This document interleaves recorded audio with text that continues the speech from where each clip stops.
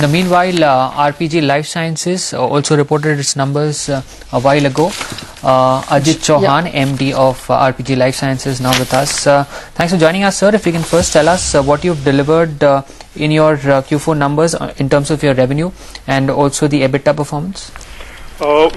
We've had a good year, good quarter in terms of the top line. We have grown 18% from 44.39 crores up to 52.32 crores.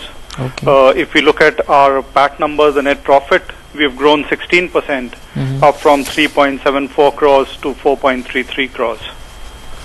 Okay.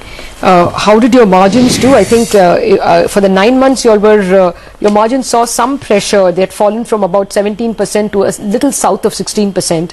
What would you do for the full year? For the full year, we have had, yes, a 2% compression in the margins. It's dropped from 20% to 18%, but that's really, as we call it, an investment for the future. Our operating expenditures, we have been investing very heavily and increase in our sales force, increasing our product portfolio and new product developments, which has really led to a kind of a 4% increase in operating expenditure as percentage to sales.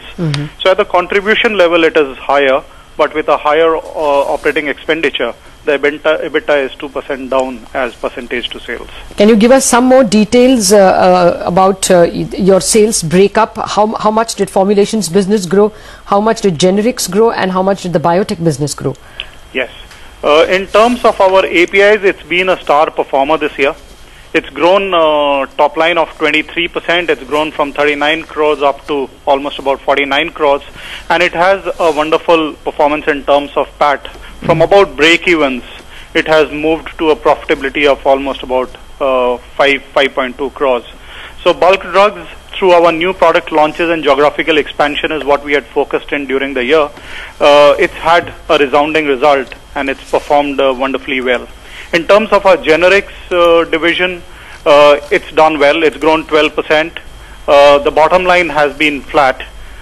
We have sold higher into our markets of Canada as well as the European Union. Again, we are investing strongly into development of our product portfolio, and therefore you find a flat bottom line. In terms of our formulations, again, it's grown during the year at 17%. It's grown faster than the pharma market. This is a business that we have been investing very strongly in terms of increasing the field force. We have increased the field force in this year almost by about 210 people. It's now up to 550. And in terms of expansion of our product portfolio, we have launched almost 24 new products with 44 dosage forms. Okay. So that's been... Can you give us some guidance for FY12? Will you be able to maintain the kind of run rate in terms of net profit as well as top line?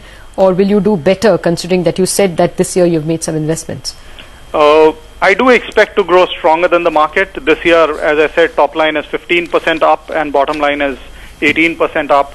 Going further, we should be able to maintain the growth rate. All right. Chauhan, we'll leave it at that. Thank you very much for joining us with those details on RPG Life. Meanwhile, I think in Polaris, we are still stuck with those numbers in terms of revenues, profit and margin, all of which looked very good. An 11.5% rise, 11% rise in the sales or revenues quarter on quarter, 14% rise in profit quarter on quarter, and a 200 basis point improvement in margins. That is the numbers we have for Polaris. And some more statements coming in from Chanda Kochar. She said that she sees operating costs going up in absolute terms in FY12, and FY12 cost to income and cost to asset ratios will remain constant. Also says that she sees an average wage hike of about 12% in the next year. So some statements from Chanda Kochar. Will get that flash for you in a bit. In the meanwhile, let's take a short break then, come back and do a market check, because the Nifty is trading below 5800 this month.